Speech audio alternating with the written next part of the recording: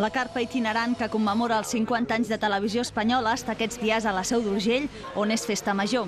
Anit la va visitar el conseller de Governació i Administracions Públiques, Jordi Ausàs. En una entrevista distesa va parlar de la seva vocació com a mestre, la seva estimació per la Seu, la vila on viu i la seva passió pel periodisme. D'aquest col·lectiu va dir que ha sortit una gran fornada de professionals de Televisió Espanyola a Catalunya.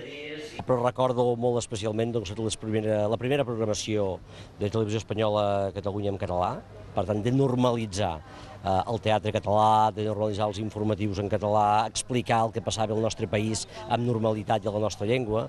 La carpa farà ruta cap a Madrid al setembre i acabarà a Tarragona per les festes de Santa Tecla.